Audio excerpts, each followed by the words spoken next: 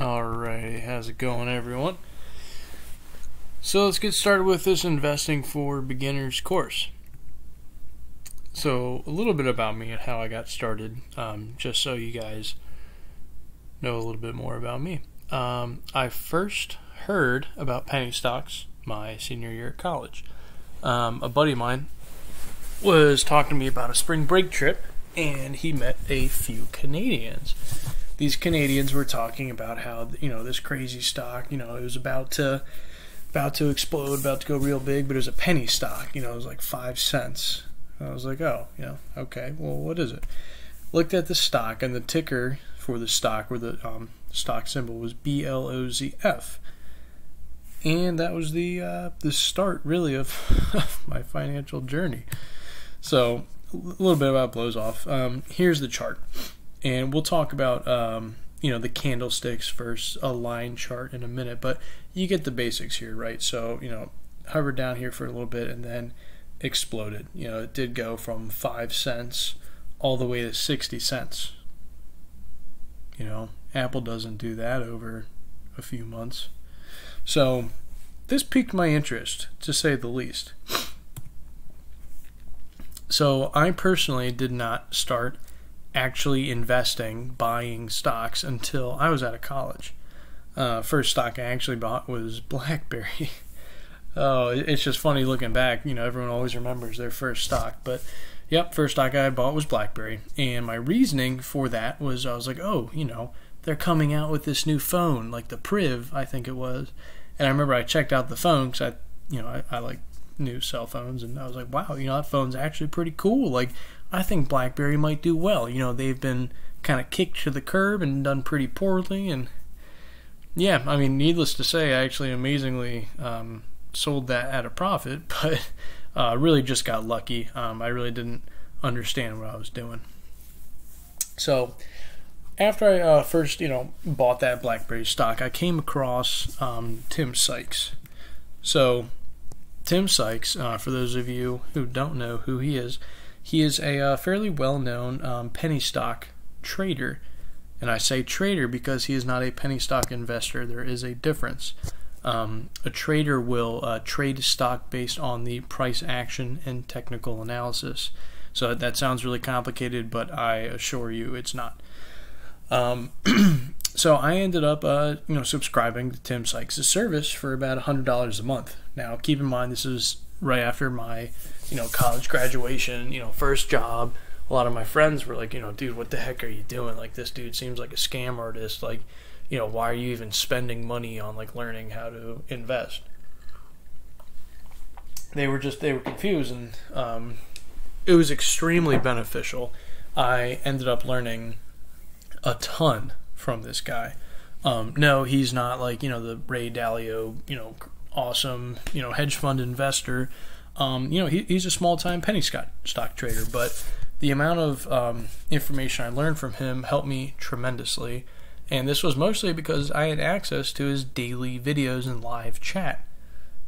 This gave me access to a guy who was very knowledgeable on how to trade these penny stocks at a profit, and have access to a chat room where I can talk with other people who are learning the exact same thing. So, in essence, it's very important to, talk with people who are in a similar community. People who want to get started on learning how to invest. You can, bounce ideas off each other. It's extremely important. So I bought his DVD, How to Make Millions. So, obviously it's like, one of those, DVDs for sale that, like, really doesn't tell you much, but it really did. And I'm so happy I bought that course. And I hope you're happy for buying this course, because I think it'll help you just, at the very least, learn the basics so you know what you're talking about. You know what you can look into. And to just give you knowledge. That's what his How to Make Millions course did. It just showed me the basics. Learned things I didn't learn. And yeah, learned a significant amount from his daily videos. Like I said, his daily videos are very important because they would go over daily setups, why he traded certain setups, and so forth. So I highly recommend, if I'm definitely not promoting to join his group. If you want to do that on your own, that's great. But and there's a number of great teachers out there that you can subscribe to, and a lot of them do have a lot of good free content. So I highly recommend you finding someone that puts out daily videos. It's extremely beneficial. So, a little bit more background. I'm not going to talk about this too long, but to kind of get you a picture of how this can really happen. So I'm 26 years old, nothing crazy, not like 19-year-old millionaire here. Only started with investing with a small account, about $2,000. And, I made some, I lost some. Like I said, I bought some BlackBerry stock. $1,000 or $2,000 really doesn't buy you too much stock, but it's what I started with. It's what a lot of people start with, and I would have it no other way. I highly recommend starting with a small account.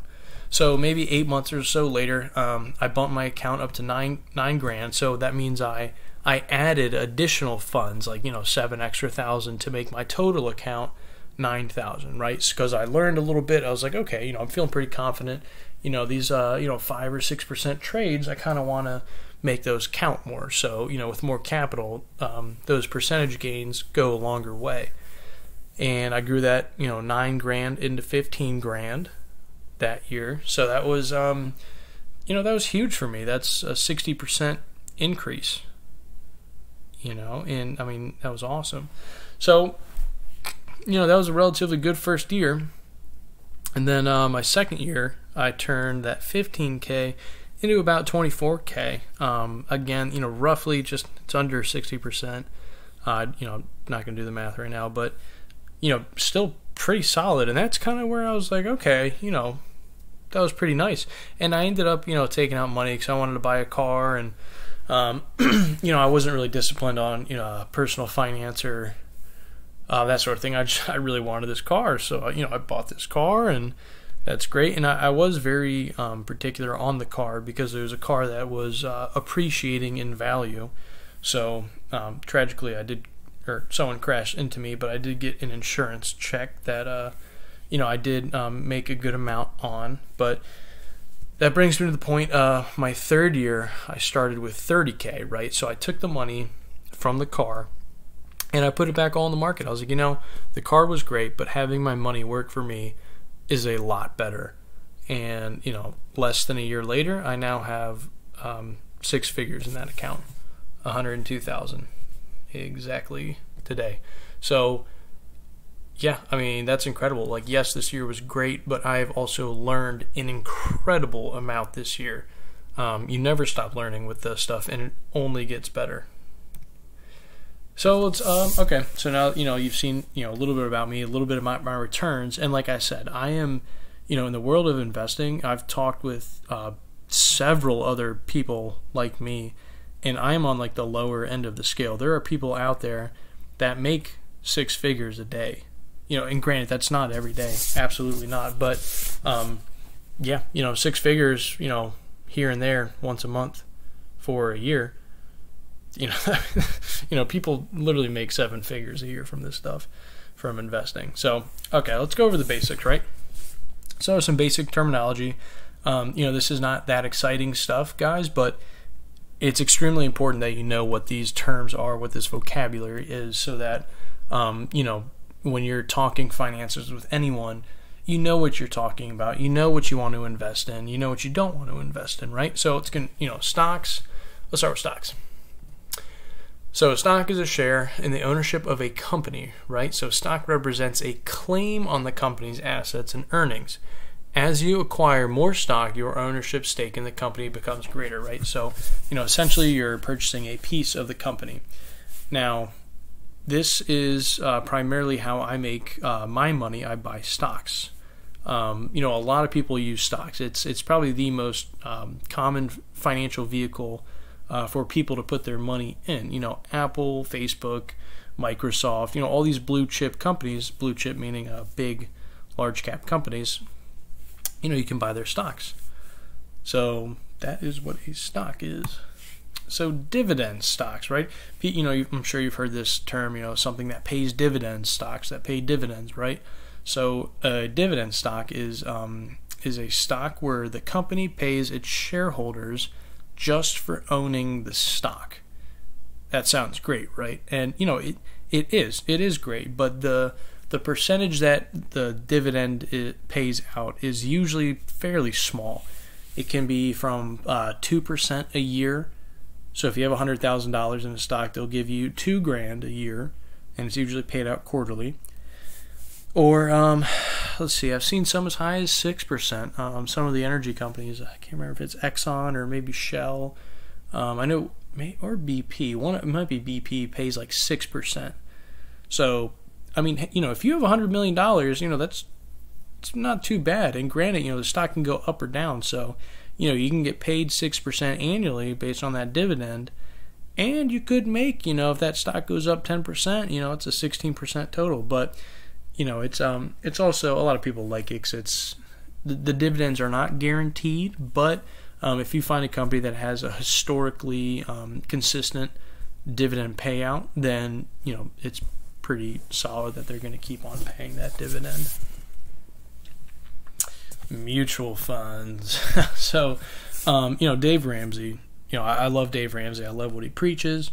Highly recommend go looking at his content. But what he says he puts his money in are mutual funds. So, mutual fund is an investment vehicle made up of a pool of money collected from many investors, like you and me. If we bought into a mutual fund, that would be our pool of money.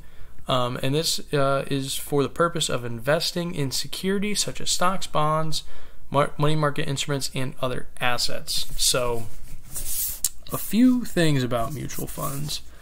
I personally don't like them. Yes, I am biased towards stocks because I've become very good at trading and investing in stocks. But so mutual funds, you typically have to pay a fee, and it's a small fee, usually 1 or 1.5% annually, but that's regardless if the mutual fund does well or poorly. So you could lose money. These mutual funds aren't guaranteed to make money. You can lose money in the mutual fund, certainly, and you will be tacked on another 1% for management fees. So my father actually used to work in a mutual fund, and it's really not as cracked up as it sounds. So one statistic that I found just appalling is, if you take 100 mutual funds, right, maybe 3 to 5 of them will outperform the market, on a given year, right? You're like, okay, that sounds good, 3 to 5, percent. Well, why not just put your money in the 3 to 5% of those mutual funds? Well, the next year, like those same 3 to 5 mutual funds that outperform the market, they don't outperform the market the next year. There's so few mutual funds that consistently outperform the market, they pretty much don't exist. And when I say the market, I mean like the S&P 500, the Dow Jones, the big market indexes, if you will. So, not only are you not paying management fees by buying into, the S&P 500, you will typically outperform all the mutual funds. And there's other limitations with mutual funds.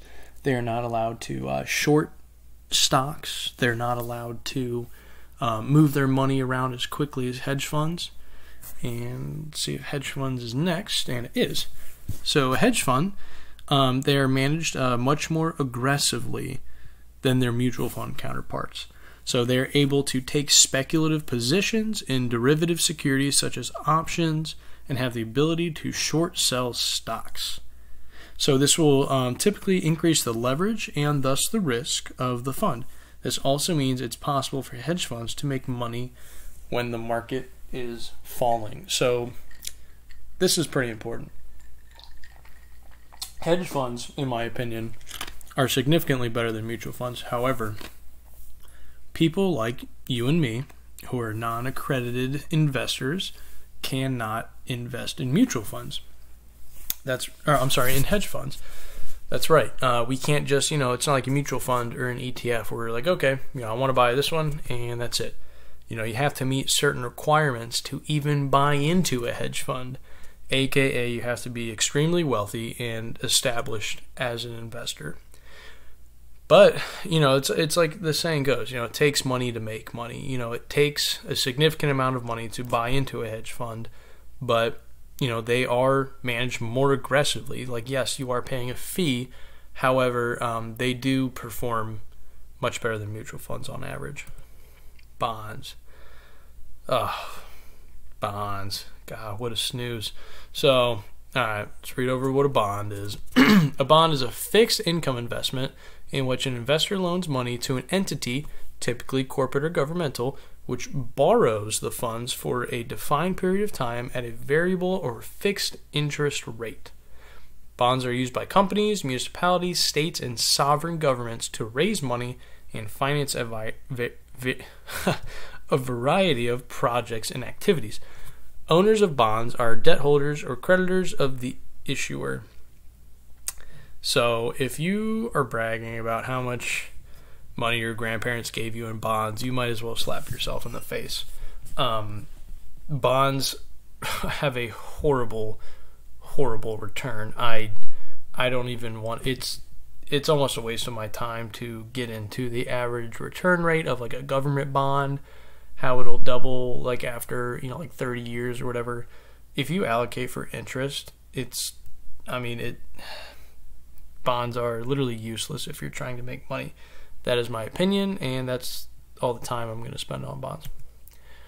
Forex, another topic that I really don't care about. I don't use it, but Forex is the foreign exchange market, is the place where currencies are traded. So yes, you can trade currency like securities, like stocks, right? So you can buy into the US dollar. You can trade the dollar. There's charts out there like Euro USD, right? So the euro against the US dollar. You can literally trade these as if you were buying and selling stocks. I do not participate in Forex. I find that typically Forex traders use extreme amounts of leverage, which is extremely dangerous in my opinion. So Forex is foreign exchange. A CD. So CD is a certificate of deposit, is a time deposit, a financial product commonly sold in the United States and elsewhere by banks, thrift institutions, and credit unions. CDs are similar to savings accounts in that they are insured money in the bank and thus virtually risk-free.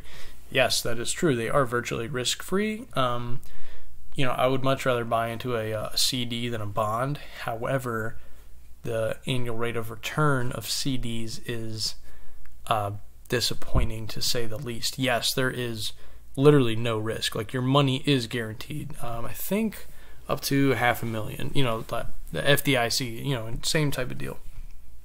Where it says, FDIC insured up to $250K. But especially if you're allocating for inflation, it's literally not worth it unless you're getting more than like a 3% return.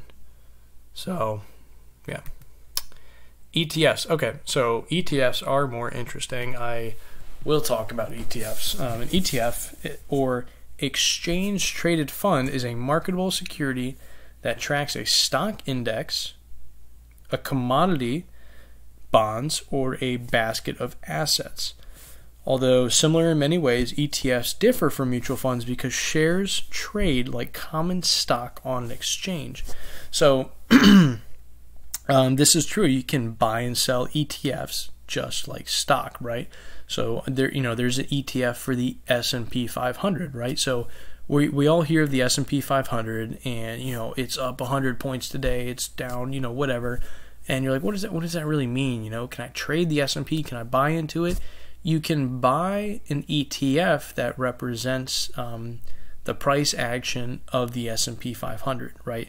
So the ETF is called SPY, S-P-Y. It's a SPDR ETF, S-P-D-R, I believe. So yeah, all it is, it's exchange traded fund. It represents the S&P 500. There's one for the Dow Jones. There's ETFs for gold, for silver. It's ETFs are great. You know, if you follow a certain sector, like, you know, gold, for example, or oil, they have ETFs for gold and oil that'll track, you know, the global, the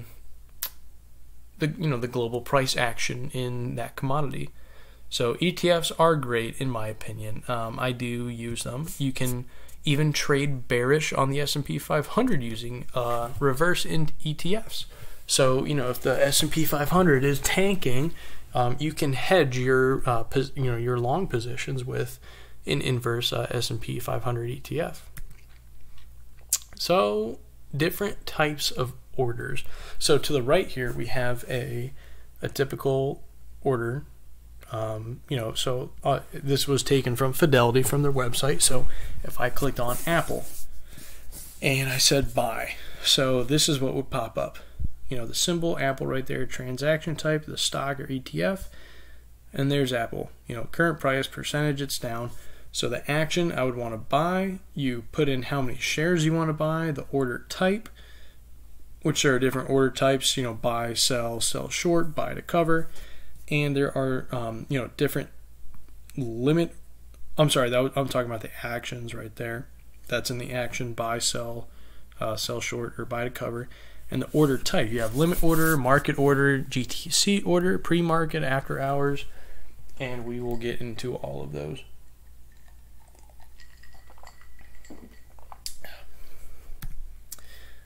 All right. Size of companies. Actually, real quick, we're going to talk about the different orders. What is a limit order?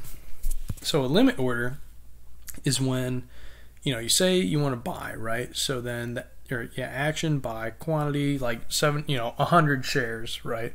So the limit type is where you actually specify the price that you want to buy Apple at, right? So say it's at $216, but you're like, I really want to buy it, you know, if and when it hits $215. So what you would do, you would put in a limit order for, you know, the price being $215, and then if Apple goes down and then it hits $215, your order gets executed and you just bought Apple. So this will, you know, this can be used in different ways. Like if you want to sell a stock at a certain price, you say you wanted to sell Apple at like $240, then you just put in your limit order, and then, you know, the time in force, you would change from day to good till canceled, which is that GTC order, good till canceled. And that will allow your order to, exist throughout the day, throughout the week, without ever being canceled. And then if Apple hits your limit order, you will get executed. So with a regular limit order, it's usually just a day order. I just personally leave it as I just leave that as day. And then I'll put in the limit order because I usually want to buy and sell within that day. And pre-market, you can actually purchase stock pre-market. Like, yes, that exists. The market opens at 9:30 in the morning and then closes at 4 p.m. Eastern time. So the pre-market, however, opens at 5 a.m. Some brokers only allow you to trade like at 7 or 8 a.m. And then after hours lasts till 8 p.m. So some more boring stuff. Size of companies. You'll hear, mid cap, small cap. Small cap are companies from $300 million to $2 billion, which, it sounds like a lot of money, but those are the small cap companies. Mid cap, $2 billion to $10 billion, and large cap is greater than $10 billion. So a couple other, terminology and vocab here. Shares outstanding refers to all shares currently owned by stockholders, company officials, and investors in the public domain, but does not include shares repurchased by the company.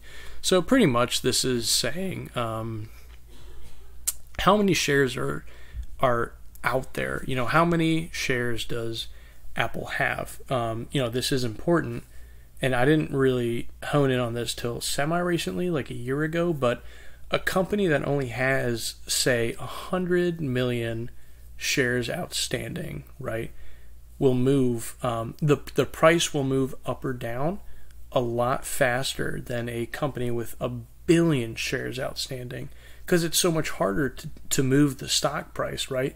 if with 100 million shares outstanding, it takes so many less people to move the price. If everyone's buying, like, that price will go up very fast because there's not too many shares outstanding. But with a company with 1 billion shares outstanding, it takes a lot more people to be buying to raise the price up, dramatically, like the other company. So that shares outstanding. Public float, or free float represents the portion of shares of a corporation that are in the hands of public investors as opposed to locked-in stock held by promoters, company officers, controlling interest investors, or government. So this is interesting. So I don't really stress this stuff too much when I am personally investing, but it is good to know. So, the public float, if, let's go to that $100 million company, right? If 75 million of those shares are currently locked by, senior executives or, controlling interest investors, that only means 25 million are actually, like, publicly traded by retail investors like you and me. So that in turn, the price will move extremely in a very volatile way because there are so few shares out there. And if everyone's buying or everyone's selling, that price is going to be incredibly influenced by the amount of buying and selling. And on the flip side, if that $100 million company had like 1 million shares that are locked up in, executives' positions or controlling interest investors, that's not really a big deal. It's not going to, affect the stock if all of a sudden those shares become unlocked and all the executives sell. So you can kind of see where I'm going with that. So authorized shares, the number of shares that a corporation is legally allowed to issue while outstanding shares have already been issued. The number of authorized shares is initially set in a company's articles of incorporation. So I really don't pay attention to authorized shares. This isn't a term that I use on a frequent basis, but anyway, that's what authorized shares is. IPO, everyone should know what IPO stands for. It's an initial public offering that is the very first sale of stock issued by a company to the public. So you'll hear, Snapchat like just IPO'd the other week. That's they just they had their initial public offering. They just started trading, is essentially what it means. Exchanges. So the NYSE. So the NYSE is the largest and most prestigious exchange. Listing on the NYSE affords companies great credibility because they must meet initial listing requirements and also comply with annual maintenance requirements. So basically, in order to be listed on the NYSE, you have to go through an extensive approval process. And if you're on that exchange, you're like a top-notch, grade A company. You're managed well. Everything's in order. It's extremely prestigious. The NASDAQ. The NASDAQ, an electronic exchange, is sometimes called screen-based because buyers and sellers are connected only by computers or by computers over a telecommunications network. NASDAQ has listing and governance requirements similar to the NYSE. So that, for example, a stock must maintain a $4 price minimum. If a stock is on the NASDAQ and they fail to maintain that $4 price minimum, they will be removed. I'm not sure if they do that quarterly or annually, but that's, they'll do that.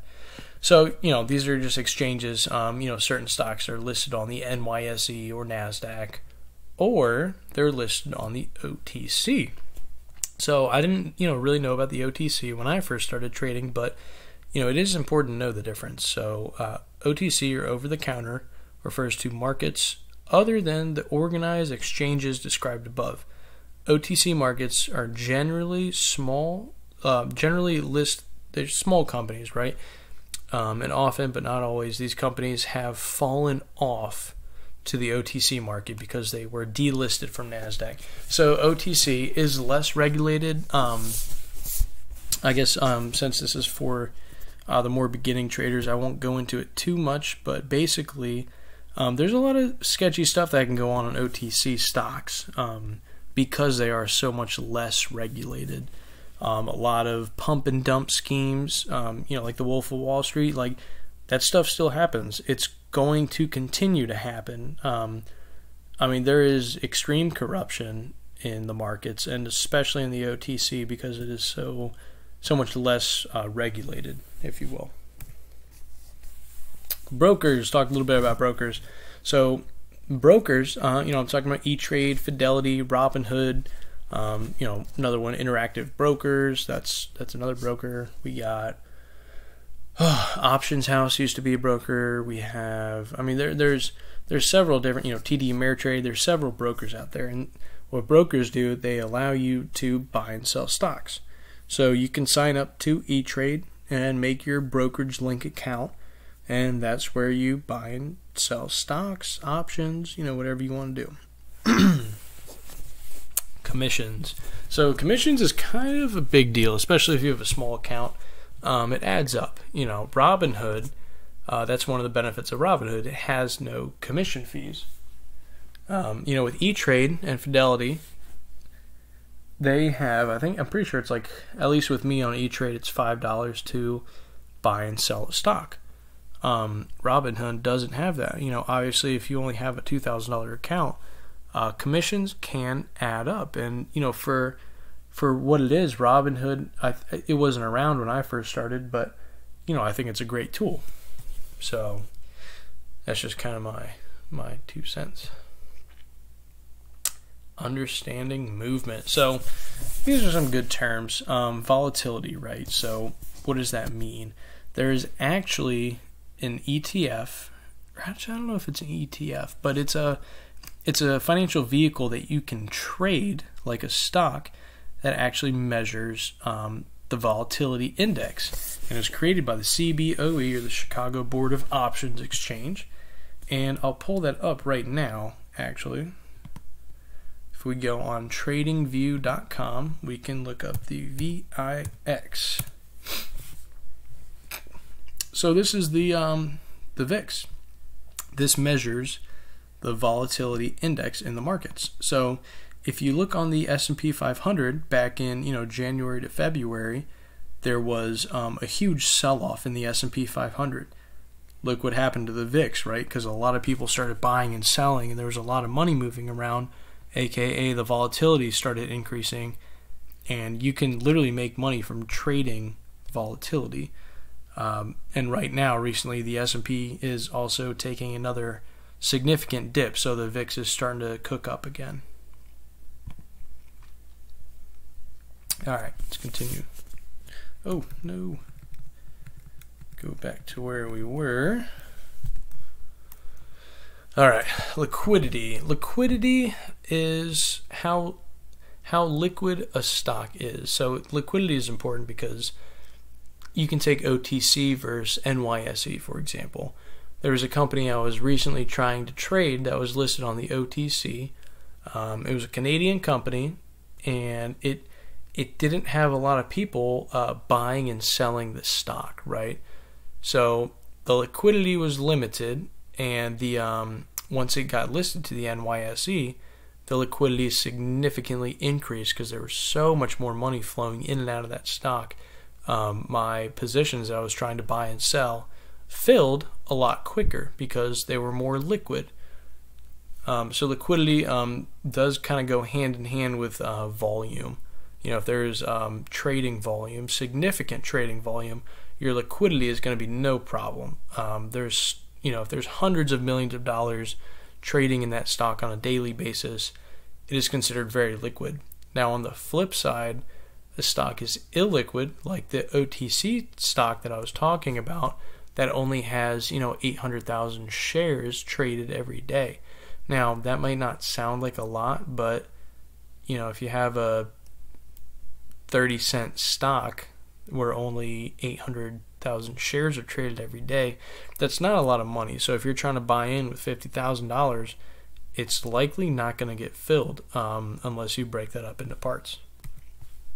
So level 2, I mean, this was confusing to me when I first started learning, and to be honest, I don't really use level 2.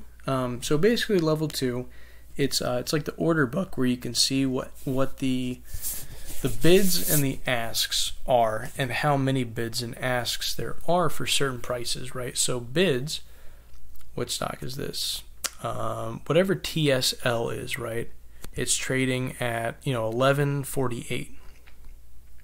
So the bid, or is it 1148? Let's see, low, high, CLR 1148. Okay, so the bid's at 1147. The price is at 1147 right there. That's the current price. The bid, what people are trying to buy at, is 1147, and then the ask is 1148. The ask is the number that is on the sell side, right? So if you look over here, we have all the bids, right? People are trying, these are all the different groups of people trying to buy in at 1147, and this is their position size right here. So then, next leg down here is 1146. So all these people want to buy in at 1146. They put in a limit order for 1146. Then next down, 1145, 44, etc. So they're hoping the price comes down and hits their limit order so they can get executed. So on the flip side, we have the ask. This is the price, 1148, that these people are trying to sell at. So they're hoping this goes up a penny so they can sell. We have, this is the size of the positions on the ask. And then we move down, 1149, 1150, 1151. These people are putting limit orders to sell their stock at 1150, at 1151, etc. And again, the position sizes. I just grabbed this off Google just as an example to show you what level 2 looks like. People do use level 2. They'll have it up in their advanced trading platforms where they can see this real time. Real time, these numbers are kind of constantly changing as orders are getting executed, right? So if you ever come across level 2, that's what it is. It has the bid size, which is right here, 19, 16, 16, the amount of shares of this 1147. So yeah, that's level 2. All right, let's get into more quick vocab. See if okay. So after hours price, all this is once the market closes, after hours starts at 4. So the significance of this is not a lot of people trade in after hours. So the volume is very dried up and it's very illiquid. All after hours price is literally the price of the stock after hours. It's just as simple as that. So dollar change is the dollar value that the stock has changed. So if Apple, or not Apple, because I don't know what they're currently trading at right now, to be honest, but say a stock went from $50 to $54 in the day, the dollar change would be $4. So let's say that same stock that was $50, if they went from $50 to $55, the percent change would be 10%. That's a 10% change.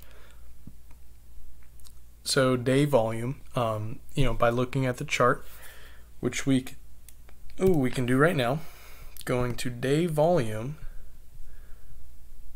we will add volume.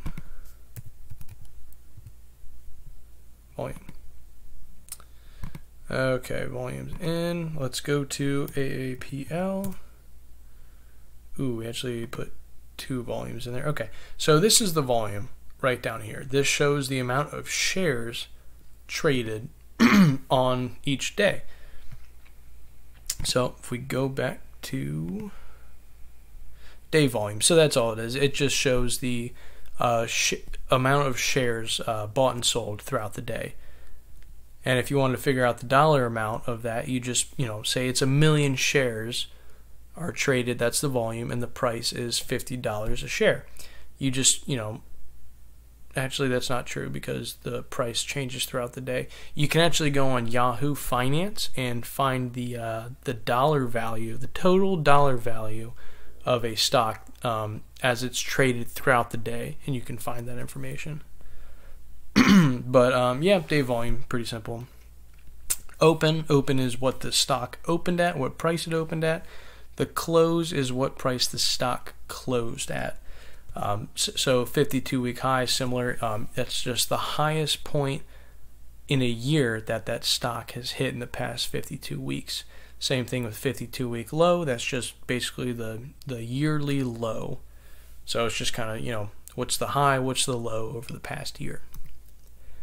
Fundamental basics. All right, PE ratio, EPS, revenue growth, revenue, profit margin, quarterly earnings. So PE ratio. The price to earnings ratio, PE ratio, is the ratio for valuing a company that measures its current share price relative to its per share earnings. So the PE ratio can be calculated as market value per share divided by earnings per share. That's what PE ratio is. A lot of fundamental investors will use PE ratio to kind of evaluate stocks, and I don't do that so much, but that's just more because I'm more of a stock trader, if you will. But absolutely nothing wrong with using this to evaluate companies. EPS, earnings per share, is the portion of a company's profit allocated to each share of common stock.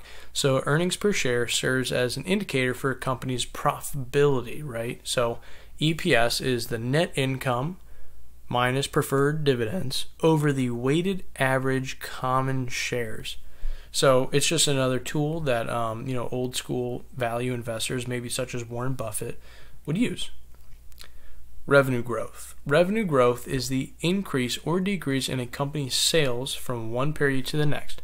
Shown as a percentage, revenue growth illustrates the increases and decreases over time, identifying trends in the business. So it's pretty self-explanatory, right? Like the revenue growth, if a company had 30% revenue growth, year over year, that's pretty good.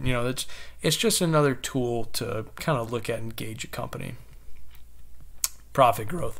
Profitable growth is the combination of profitability and growth, more precisely, the combination of economic profitability and growth of free cash flows. So basically, if a company, it measures how the trend in the profitability of the company, right? So if it's growing, if the profit is growing, great. It's just another tool to use. Again, I don't really use these too much. I mostly trade on technical analysis, but that's profit growth. Revenue. Revenue is the amount of money that a company actually receives during a specific period, including discounts and deductions for returned merchandise. It is the top line or gross income figure from which costs are subtracted to determine net income. Revenue is calculated by multiplying the price at which goods or services are sold by the number of units or amount sold. Bam, that's revenue. Just another accounting vocabulary.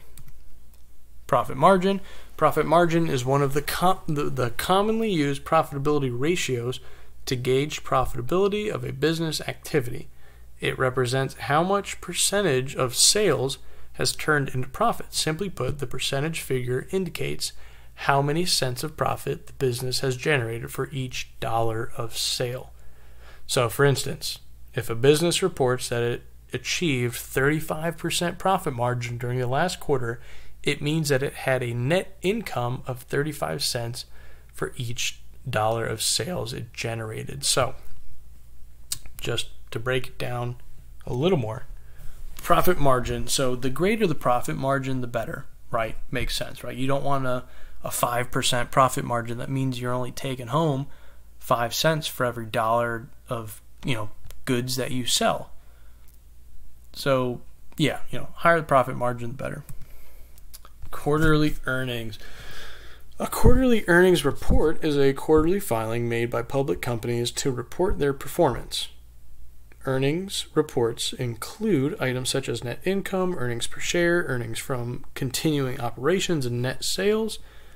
By analyzing quarterly earnings reports, investors can begin to gauge the financial health of the company and determine whether it deserves their investments. A couple things about earnings. You will find that people try to play earnings in the sense. You'll hear Tesla is coming out with earnings next week. A lot of people will be like, oh my God, like I love this company. I believe in them. I think their numbers are going to be great. I'm going to buy into their stock. It's a horrible strategy in my opinion because I've seen earnings, come out and the stock plummets even though they were like sort of decent. Sometimes the market can be irrational, so it's no way to bet before earnings. If anything, I would wait until after quarterly earnings to make a decision on investing your money. Okay, so I mentioned gold, silver, oil. These are commodities that can be traded. They do have their own individual ETFs. I believe gold is GLD that you can trade, and they do represent like the underlying price of that commodity. So, yeah, that's that. Alrighty, so different types of charts. So, before, you guys saw me looking at this crazy chart with all these, funny looking candlesticks, and I got, these crazy lines in here and whatnot. So, we will break this down. Oh, excuse me. We'll break this down and I'll show you what it means. So, all right, so we got line charts, bar charts, and candlestick charts, right? The line chart you guys are probably familiar with. You hop on Google, you type in Apple. This is what you see. You see a nice line. It looks kind of nice. It's easy to follow, easy to understand. And it gives you kind of an overall picture of, what the general trend of the stock is. But if you guys want to get some more information, and it is extremely easy to read once you kind of learn how to read them, in my opinion, candlestick charts are the best. So bar charts look like this. It's kind of funny, and every time I log on to Fidelity, all the charts are automatically set up as bar charts. And I don't use these. I use the candlesticks. So I'll go to the candlestick. It's the same explanation as the bar chart, except I think it's easier to understand in my opinion. So, okay, so let's start with the red chart, right? So the open, where the stock opens at 9:30 in the morning, is this part of the candlestick. Whatever price that is, that's the open, right? And then as it goes throughout the day, it may come all the way up here, and that represents the highest point in the day which that stock runs. And then, it may come all the way down here, and that's the low of the day, and then it closes right here. That's the close, right? So the body of this red candlestick, that's where it opened, and then boom, that's where it closed. The inverse is true of a green or black candlestick. So it opens on the bottom, right? Trades in this range throughout the day, establishes the low of the day, the high of the day, and then it closes all the way up here. It closes above the open. That signals a green candlestick, right? So if we zoom over to here, we can explain it a little better. So, and I mean, it is kind of confusing at first. Like, I can definitely see that, but you can get so much more information by zooming in, and you can zoom in on different time frames, right? So we're looking at a daily candlestick chart for Apple. We can zoom in and change that to like an hourly trend, right? So, let's look at like this big peak right here, right? Had a nice sell off, and it's kind of been going sideways. If we zoom into the hourly time frame, we can zoom out and see where that peak was. That's where that previous peak was, right? But now each hour is broken up into these candlesticks. And all that is, guys, it's the same thing, right? So since this is on the hourly, that means that, this hour, whatever that was, 15:30, we'll go to we'll go back. Why are these? Where's Apple? 29th. Okay, so that's today. They got their hours all funny, but this should be 9:30 in the morning right here. So this was the open of the day, right? I'm going to zoom in so we can all see it. 9:30 in the morning, right? It opened right here at, you know, $219, right? And then within this first hour, it went in this range, right? The price went all the way down to, you know, 218 all the way up to 219.74, and it closed right at 218.94. Then the next random candlestick, right? We opened right here and we closed right there. Next candlestick opens right here, closes down here. Now this little green guy, it actually opened on the bottom of that fat part of the candlestick, went all the way up to here, and then closed at the upper part, right? The red's the inverse. It's kind of confusing, but once you look at them for a little bit, it becomes really clear kind of what's going on.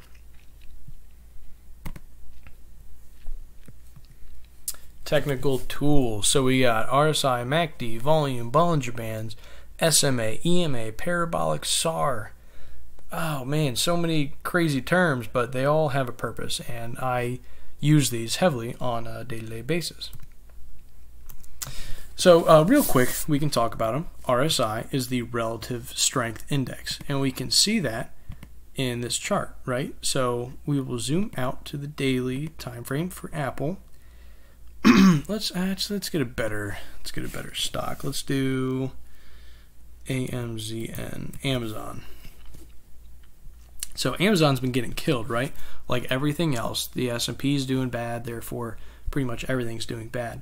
The RSI, it's the relative strength index. It's this line down here, and it pretty much represents how overbought or oversold the stock is. So meaning, as it gets up here over 70, it got extremely overbought. That means that there's, a lot of buying going on, that it's going to run out of steam at some point. You're going to see a dip in the price and maybe a sell-off, or not, not a major sell-off, but, maybe a dip before it makes another leg up.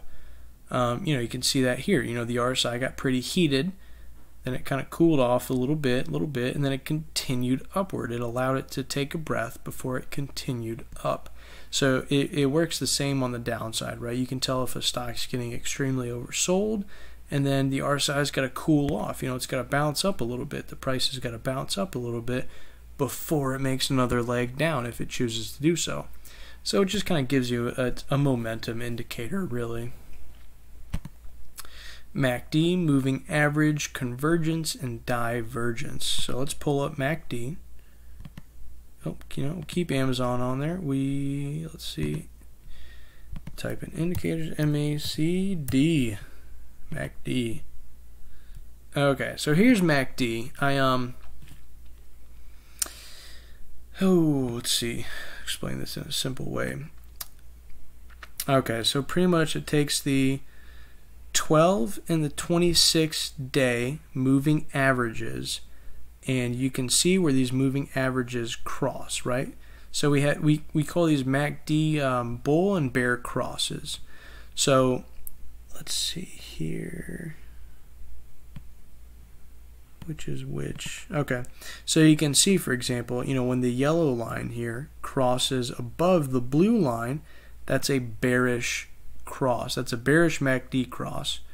And and this isn't accurate 100% of the time, but yes, we did see some downside after that bearish MACD cross occurred. Same thing with the bullish MACD cross. This blue line here, once that crosses the orange line, you see a nice price action. And all it really is, whether when these crosses happen, I believe, let's double check. Okay, so when the candlesticks, so looking up here, these are the Bollinger Bands, these green lines above and below the candlesticks, and then in the middle of the Bollinger Bands is the 20-day simple moving average. So once these candles get close to that 20-day simple moving average, that's where a cross in the MACD will occur. So anyway, it's a technical tool, and just kind of giving you guys the basics so you understand what it is. Volume, we touched on volume. That's just the amount of shares that have traded during a given time period. So whether you're on the daily, the hourly, I mean, you can zoom in and really see how many shares are traded on the hour. Bollinger Bands, talked about those. All the Bollinger Bands shows, what I use them for is, I'll show you guys one. Nope, not a week. Let's go.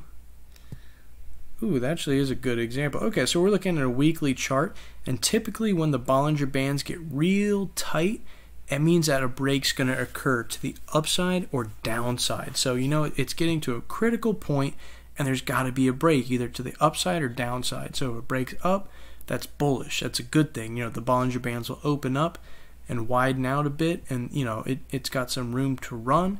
But, you know, once they start getting tight, you know, a break is imminent. SMA, simple moving average. I personally use the 20-day simple moving average, which is in the middle of the Bollinger Bands here. All this does, it takes the literally the 20-day simple moving average of the stock price and represents it on a line as shown.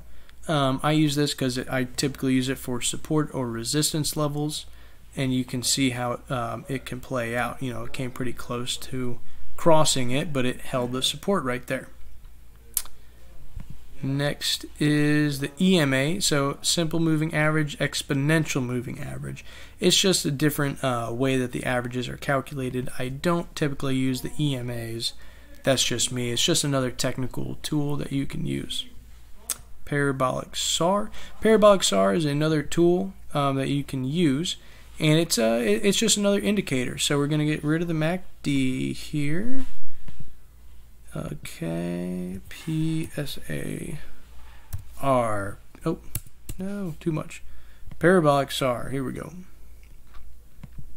So it's represented by these dots, and what it does. So it's an indicator. You know, some people use it. I personally don't. And all it does, usually when the dots are below the candlesticks, it means it could be a good buying opportunity. And, you know, obviously this had a nice run. And then once the dots cross on top of the candlesticks, it represents time to sell. And it's interesting, just looking at the weekly, this played out extremely nice on the not the S&P, on Amazon. So, yeah, you know, and it's not correct 100% of the time, you know, in terms of when should you buy, when should you sell. But typically this has actually been an excellent indicator for Amazon. You know, obviously, like right here, it went above the candlesticks, but then it went back to right below it, where, you know, it's still good buying. Red obviously signals the sell, and then underneath is buying again. And then look, you know, at the very top, you see the dots going on top. That's actually an excellent indicator on the weekly time frame. Wow. Okay, so that's parabolic SAR. Next, different types of setups. We have dip buys, we have huge news, oversold on different time frames, overbought on different time frames, value plays. Okay, so these are great, right? So dip buys. What is a dip buy? A dip buy is just an opportunity to buy in the stock on a dip. And what I mean, you know, so say there's a massive run up, right? The stock will usually have a little sell off before it continues to run up. So we're actually going to get rid of this parabolic SAR, kind of simple up the chart a little bit. So what I mean by that, okay, yeah, we'll zoom back over here. Okay, so we're going to Amazon.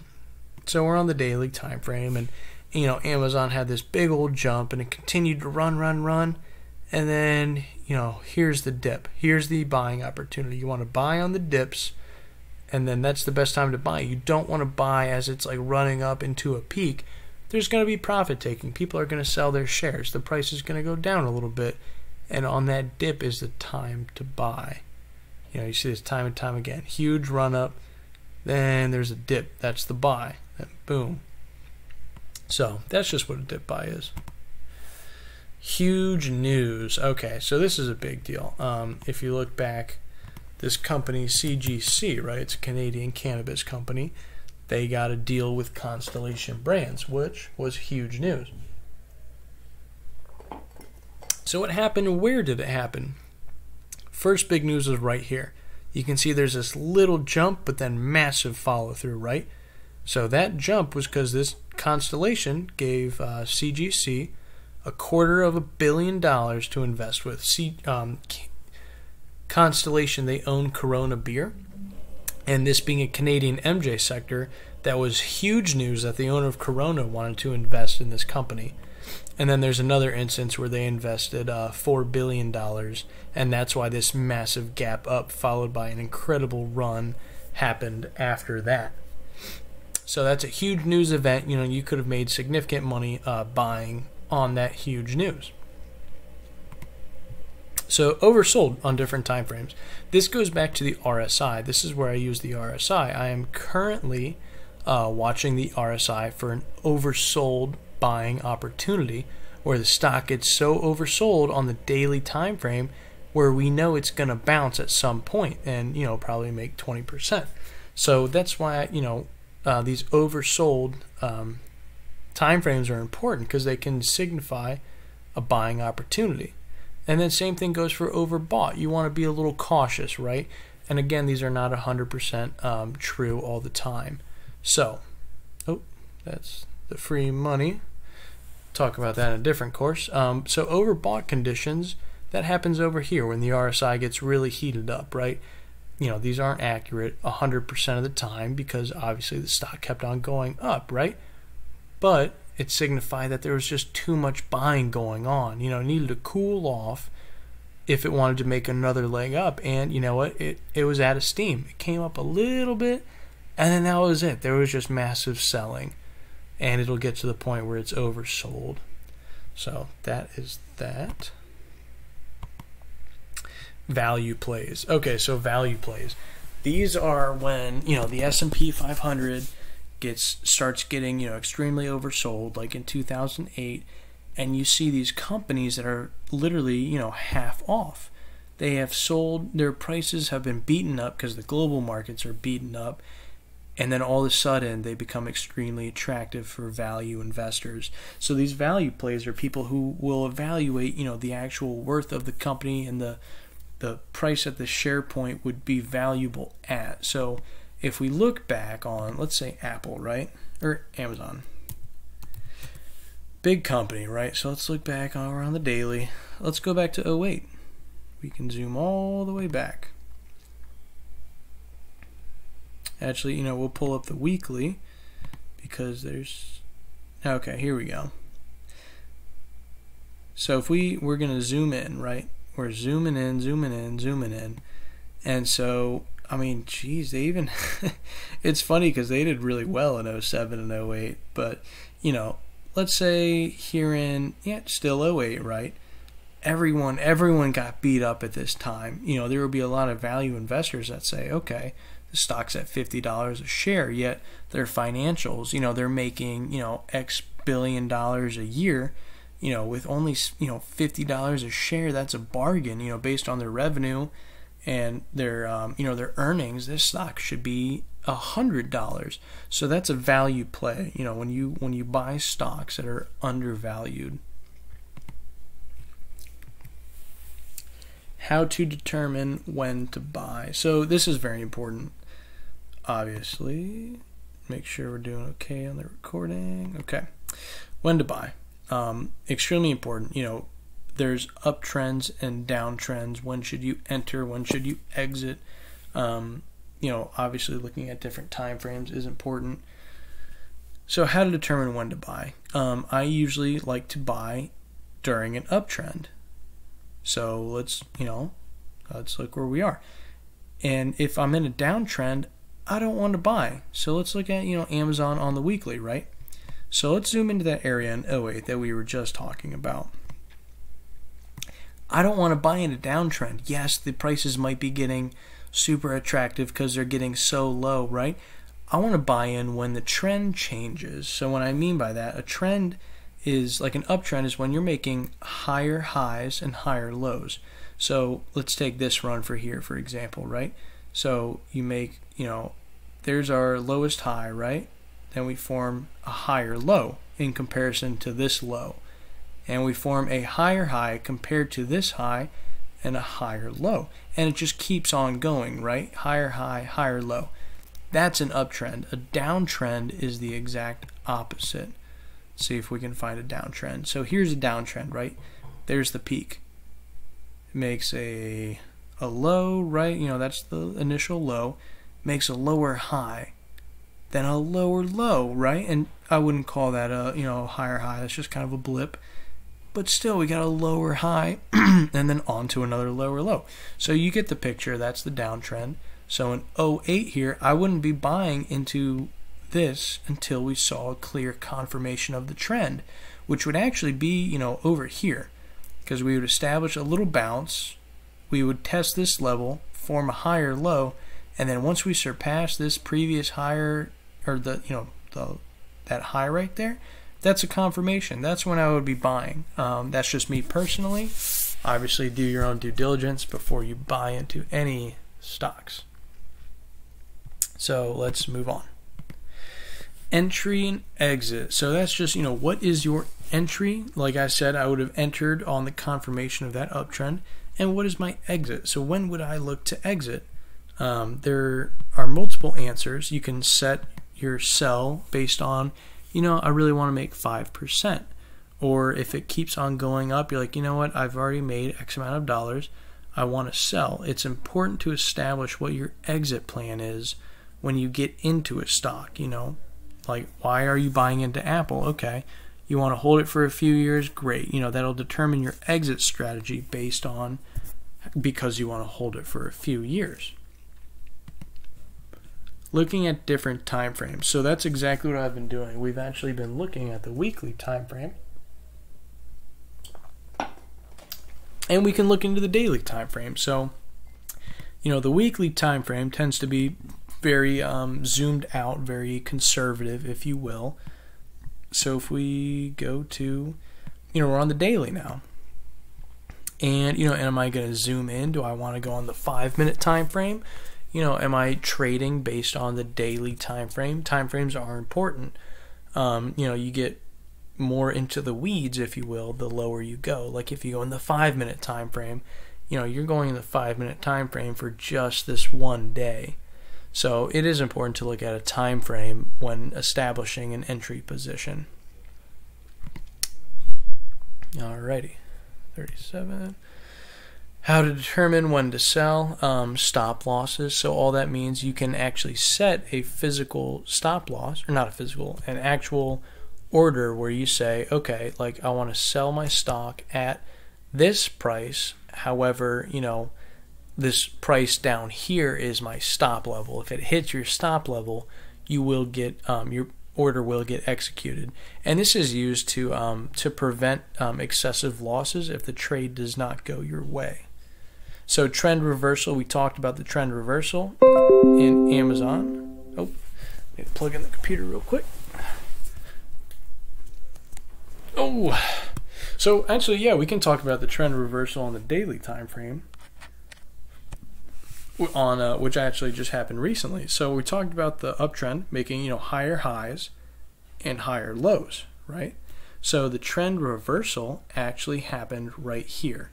You know, we came down, made actually a lower low compared to this low, right? So we kept on having these higher lows, and then, you know, that's the last highest low, and then we started getting a lower low and a lower high.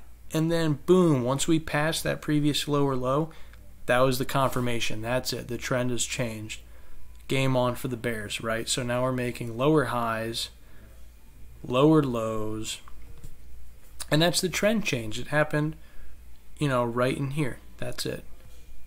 So if you can recognize these things, you can save yourself significant amounts of money in your long positions. You could have locked in profit right here. Yes, it's not the top, but now you're sitting all the way down here. You know what I'm saying? You could have sold out up here, bought back in down here with more, you know, more shares essentially.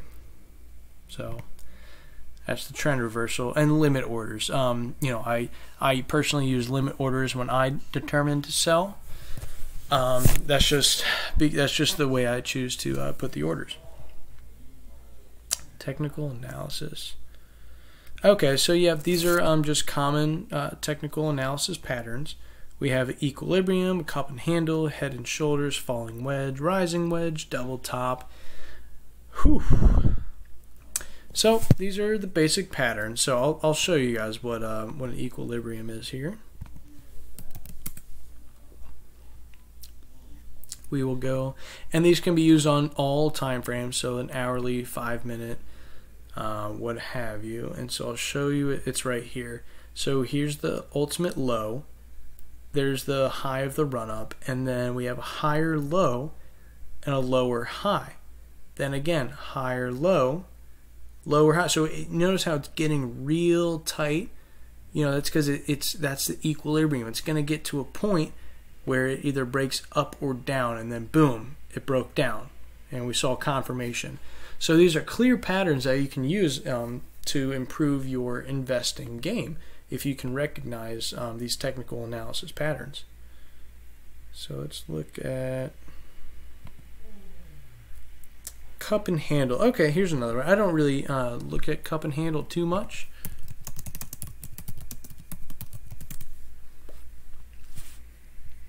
But we'll find a good image here. So cup and handle, it literally is like it seems. It's usually a bullish sign. So like they say here, here's the cup and there's like the handle of the cup. And if you see this pattern forming, you can anticipate, you know, be like, okay, that's the handle. You know, if it doesn't come down like all the way to here and you start to see more upside, like right here, it can be a significant breakout opportunity. These, you know, they are kind of harder to spot than an equilibrium, which is my bread and butter. But yeah, that's what a cup and handle is. Head and shoulders. Head and shoulders can be significant. Oh, not head and shoulder. Pattern, here we go.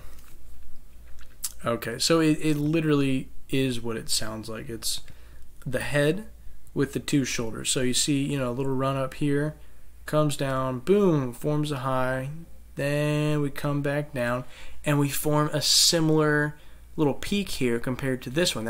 It's literally the head, the two shoulders, and it's a bearish pattern where if it breaks this neckline here, there's going to be some significant follow-through. You do see this happen on different time frames, and you can, you know, protect yourself if you do see this happen. So here's that. Falling wedge and rising wedge. So yeah, these are two terms. They're a little more technical. I'll show you the pattern. Rising wedge.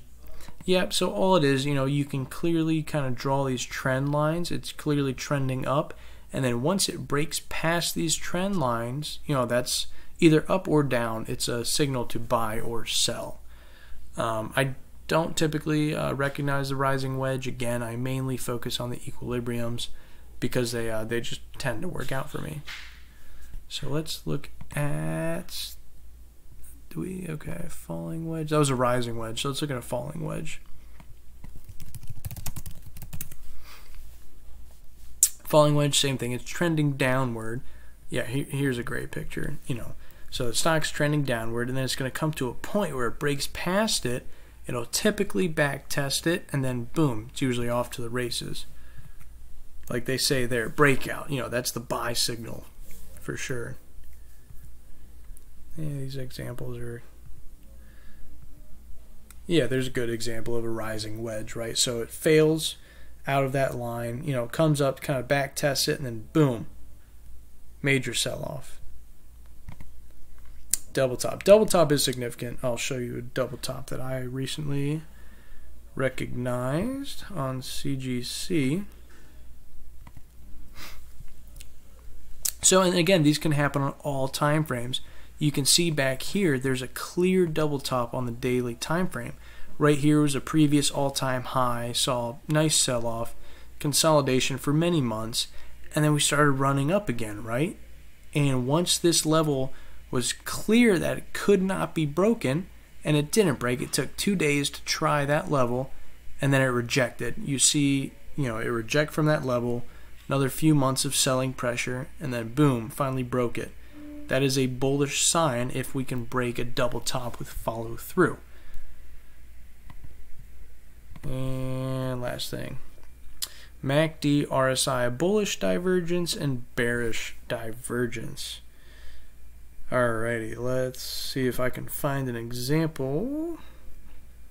Ooh, actually, see if I can find bullish or bearish. Oh, we'll Google this one. RSI, bullish divergence. Okay, so let's see. Find a good example here. So basically, here we go. So this is on the MACD, right?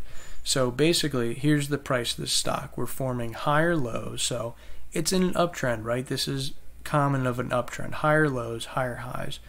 If you look at the MACD here, this little low right here, you know, it comes up and then it makes a lower low, right? So the line, the trend line, if you could draw it, is trending down, but this is trending up.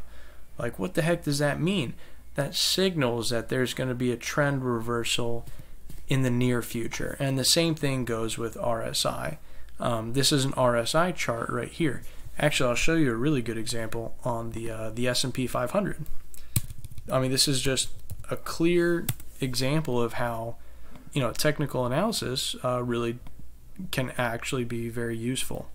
So here is bearish divergence, and we're on the weekly time frame. Again, the weekly time frame is extremely, you know, conservative, longer-term outlook, but it clearly worked. I mean, look how overbought the RSI was getting. That's in the night. That's insane. That means it's extremely overbought. It needs to cool off, right? And then it does cool off. The stock continues higher. We actually form a higher high. But the peak in the RSI here is nowhere near. It's, you know, if this was healthy, it would be above this RSI. But so if we could draw a line here, it would be trending downwards. But the peaks over here would be trending upwards. That's bearish divergence. That means that there's going to be downside in the near future. So that's bearish divergence. Yeah, we'll look at bullish divergence. RSI bullish. We tried Googling bullish. We found some bearish ones. Okay. Yep, that was bearish divergence. This is bearish divergence. Where's the bullish divergence? Okay, yep, here's a good example. So it's just the inverse, right? So the price on this stock here is making lower lows, right? So this low here is higher than this one. It, you know, boom, lower low. But then if you look on the lows on the RSI, they're getting higher. So, you know, this low is extremely oversold here, right? It's a low RSI. But as the price continues to make lower lows, these RSI lows are getting higher. So again, you know, the RSI line is going up, but the price is going, you know, the trend line here is going down. That signals that there's going to be a bounce and a trend change in the near future. And that's it, guys. That's kind of the intro to investing for beginners. Some really helpful resources that I use, again, tradingview.com. It allows me to look at charts. You can play with all the different indicators, set your chart type to candlestick, type in a bunch of, you know, stocks to see what the price is. It's a significant tool, and I highly recommend it. Any investing terminology questions, if you don't, you know what RSI is, or, you know, any of these, equilibrium, Investopedia, let's go to, yep, Investopedia has incredible resources for finding out what things are if you continue your investing journey. And of course, Yahoo Finance, where you can find out financials, you know, the balance sheets and all those fundamental investing numbers can be found at Yahoo Finance. So thanks for checking out my course, and I hope you guys make some money. Have a good night.